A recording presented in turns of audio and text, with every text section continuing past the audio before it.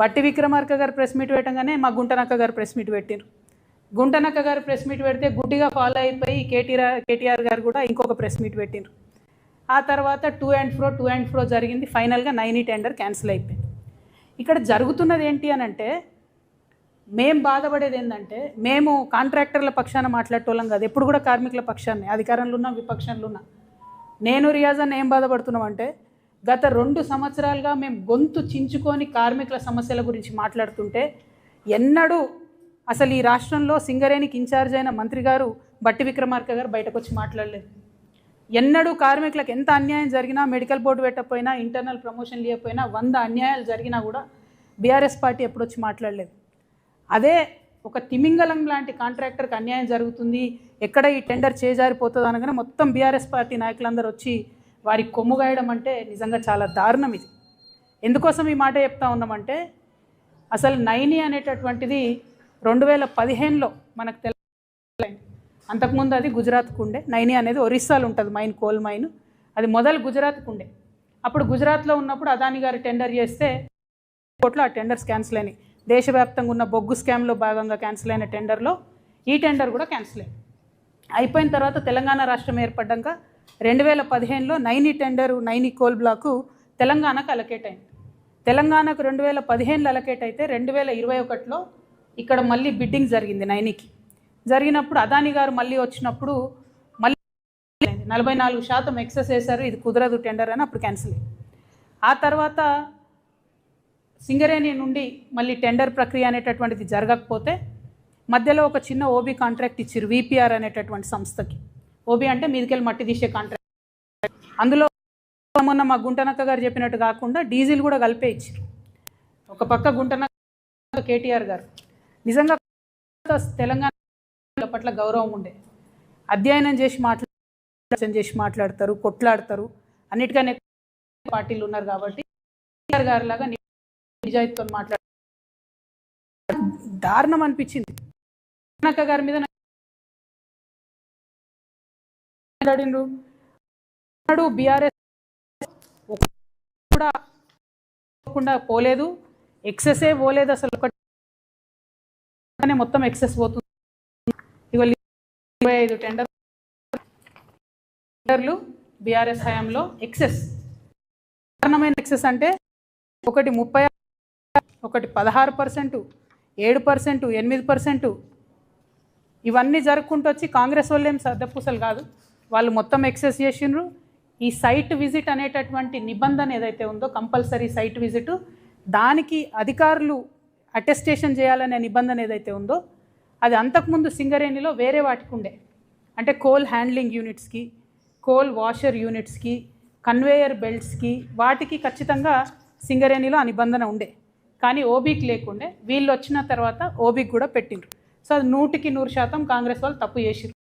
నిబంధన పెట్టడం, global tender అయితే పెద్ద పెద్ద వాళ్ళు ఫేస్లెస్గా టెండర్ జరగాలనే ఉద్దేశంతో ఈ సిస్టమ్ పెడితే తెలవాలి కాబట్టి వాళ్ళని తెలుసుకోవడం తప్పు చేసి డెఫినెట్గా ఆ విషయంలో ఎక్స్పోజ్ చేయడం మంచిదే బీఆర్ఎస్ ప్రతిపక్షంగా. కానీ అబద్ధాలు చెప్ప, అంతకుముందు ఎన్నడూ కూడా టెండర్లలో ఎక్సెస్ పోలేదు అనడం చాలా. ఇప్పుడు ఇంకో కామెడీ ఏంటంటే, గుంటనక్క గారు, అదేవిధంగా నమస్తే తెలంగాణ, అదేవిధంగా టీ న్యూస్, అదేవిధంగా కేటీఆర్ గారు మొత్తం ఎంతసేపు దీన్ని ఎట్లా చేస్తున్నారంటే, స్మాల్ ఫిష్ను వదిలేసి బిగ్ ఫిష్, చిన్న చేప పిల్లను పట్టుకున్నట్టు అని కాపాడుతున్నారు. ఈ విషయం అంతా సృజన్ రెడ్డి అనేటోడు సీఎం బామ్మర్ది కాబట్టి, ఈయనకు టెండర్లు వచ్చినాయి కాబట్టి ఈయన కోసం ఇదంతా చేస్తున్నారని. వాస్తవానికి ఏంటంటే, నైని అనేటటువంటిది పెద్ద తిమింగలం మెగా కృష్ణారెడ్డి గారి కోసం. అది 25,000 కోట్ల ప్రాజెక్ట్ అనేది. ఈ సృజన్ రెడ్డి అనే చిన్న చేప పిల్లకు 50 కోట్ల. సో ఈ 250 కోట్ల ప్రాజెక్ట్ పెద్ద తిమింగలాన్ని వదిలిపెట్టాలని గుంటనక్క అతి తీవ్రంగా చేస్తుంది.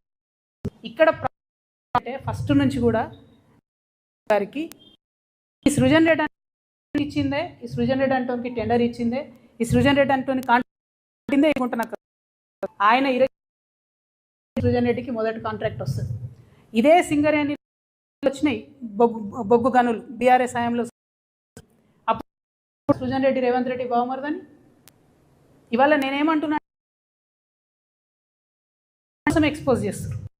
కార్మికుల కోసం చేస్తురా, సింగరేణి సంస్థను కాపాడడం కోసం చేస్తురా, నిరోధించడానికి లేకపోతే కాపాడడానికి?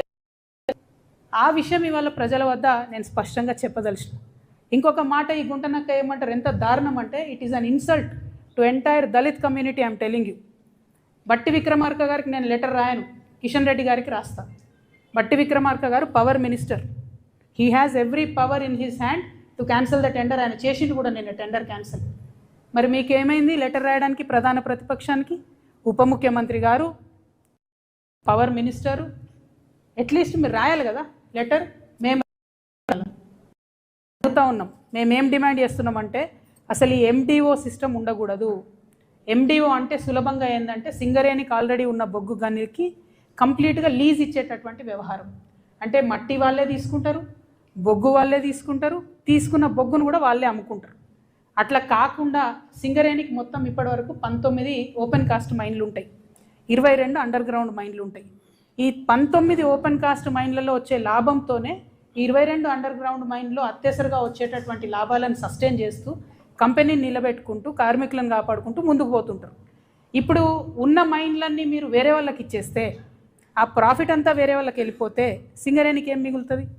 ఇవాళ మేము చెప్తా ఉన్నాం, మార్చిలో కూడా సింగరేణికి జీతాలు ఇవ్వడానికి డబ్బులు లేవు. ఎందుకంటే అంతకుముందు బీఆర్ఎస్ గవర్నమెంట్లో 25,000 కోట్ల అప్పు ఉంది జెన్కో అని చెప్పి మొత్తుకునేది రేవంత్ రెడ్డి గారు, సీఎం గారు. ఇవాళ దాదాపు 50,000 కోట్ల అప్పు ఉంది సింగరేణికి. జెన్కో నుండి రావాల్సింది, ట్రాన్స్కో నుంచి రావాల్సిన లెక్క పెడితే అవి ఇస్తలేరు. ఇవ్వకపోతే ఏం చేస్తుంది? సింగరేణి జీతాలు ఇవ్వాల్సిన ప్రతిసారి కూడా బ్యాంకు పోయి అప్పు తెచ్చుకుంటాం, మళ్ళీ దానికి మిత్తి కట్టాలి, మళ్ళీ నెక్స్ట్ మంత్ జీతాలకు మళ్ళీ పోవాలి, మళ్ళీ అది బర్డెన్ అవుతుంది. సో అల్టిమేట్గా ఆల్రెడీ నష్టాలలో ఉన్న సంస్థను పూర్తిగా కిల్ చేసేటటువంటి ప్రయత్నం తప్పితే ఇది సింగరేణికి కానీ, సింగరేణి కార్మికులకు కానీ, తెలంగాణకు కానీ లాభమయ్యే అంశం కాదు. మేము తెలంగాణ జాగృతి తరఫున బట్టి విక్రమార్క గారికి ఉత్తరం రాస్తూ ఉన్నాం. ఎండిఓ సిస్టమ్ దయచేసి రద్దు చేయండి. మీరు ఆల్రెడీ 90 టెండర్స్ రద్దు చేసిండ్రు. Let Singareni do it's open cast, own open cast in 90. ఎందుకు చేయలేం మనం? అక్కడెక్కడో రాజస్థాన్లో పోయి పవర్ ప్లాంట్ పెడతారు, ఇంకెక్కడో గుజరాత్లో పోయి ఇంకో ప్లాంట్ పెడతారు. ఒరిస్సాకు పోయి మీరు చేయండి ఓపెన్ కాస్ట్. ఎందుకు చేయరు? ఇప్పుడు ఈ ప్రైవేట్ కాంట్రాక్టర్ కూడా పోవాల్సిందే కదా. మీరు ఒరిస్సాకు పోయి ఓపెన్ కాస్ట్ చేస్తే అక్కడ వచ్చే ఉద్యోగం వచ్చే పిల్లాడు మనోడు వస్తాడు. తెలంగాణోడుకు 2 లక్షల రూపాయలు వస్తుంది, జీతాలు వస్తాయి, లాభాలలో వాటా వస్తుంది. ఆ లాభం 25,000 కోట్ల లాభం సింగరేణికి యాడ్ అవుతుంది. నా కార్మికుడికి ఆ లాభాలలో వాటా వస్తుంది.